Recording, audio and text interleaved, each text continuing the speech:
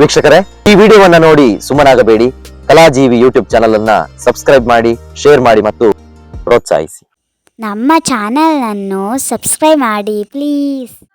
ಈಗ ಕಿರಾಡಿ ಪ್ರಕಾಶ್ ಅವರು ನಮ್ಮ ಒಟ್ಟಿಗೆ ಇದ್ದ ಕಲಾವಿದರೆ ಈಗ ಯಕ್ಷ ನಕ್ಷತ್ರವಾಗಿ ಮಿನುಗ್ತಾ ಇದ್ದಾರೆ.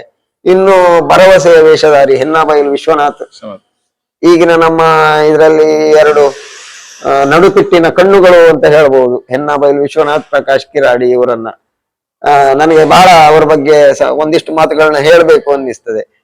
ಯಾಕೆ ಕೇಳಿದ್ರೆ, ಈಗ ನಾವು ಅಂದುಕೊಂಡ ಆಗಿನ ಪುಂಡು ವೇಷಗಳು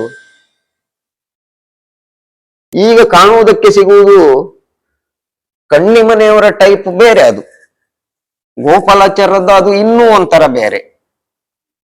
ನಾನು ಮಾಡಿದ್ರೆ ನನ್ನ ಅಭಿಮನ್ಯು ಬಬ್ರುವಾನದ ಪಾತ್ರವೂ ಒಂಥರ ಬೇರೆ. ಕೊಳಲಿಯವರು ಅದಕ್ಕಿಂತ ಭಿನ್ನವಾಗಿ ಒಂಥರ ಬೇರೆ ಮಾಡ್ತಾರೆ. ಕೊಳಲಿ ಕೃಷ್ಣ ಶೆಟ್ಟಿ ಅವರು ನಮ್ಮ ತಿಟ್ಟಿನ ಪ್ರಸಿದ್ಧರೇ. ಅಂತ ವೇಷಧಾರಿ ಕೊಳಲಿ ಕೃಷ್ಣ ಅವರು ಒಬ್ಬರೇ ಇರುವುದೀಗ. ಅಂತ ವೇಷಗಳು ಮಾದರಿಯಾಗಿ ನಮ್ಗೆ ಬೇಕು.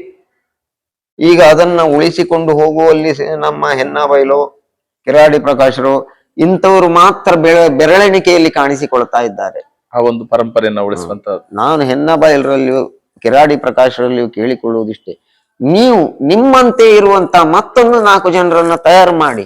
ಖಂಡಿತವಾಗಿ ನಮ್ಮ ಯಕ್ಷಗಾನ ಉಳಿತದೆ. ಆ ಸಾಧ್ಯತೆ ನಿಮ್ಮ ಹತ್ರ ಮಾತ್ರ ಇರುವುದು. ಈಗಿನ ಈ ಯಕ್ಷಗಾನದ ಈ ಹಂತ ಅಂದ್ರೆ ಬೇಡಿಕೆ ಇರುವ ಕಲಾವಿದರೆ ಅದನ್ನ ಮಾಡಿಕೊಂಡು ಹೋಗ್ಬೇಕು.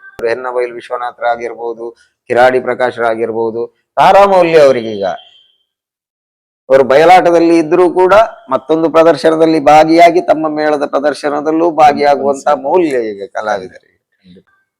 ಮತ್ತೆ ನಮ್ಮಲ್ಲಿ ನಡುತಿಟ್ಟು ಅಂತಲ್ಲ, ಆಚೆ ಬಡಗುತಿಟ್ಟು ಅಂತಲ್ಲ, ಯಕ್ಷಗಾನದಲ್ಲಿ ತುಂಬಾ ಪ್ರತಿಭೆಗಳಿದ್ದಾರೆ. ಎಷ್ಟೋ ಜನ ಅವಕಾಶ ವಂಚಿತರಾದವರು ಇದ್ದಾರೆ.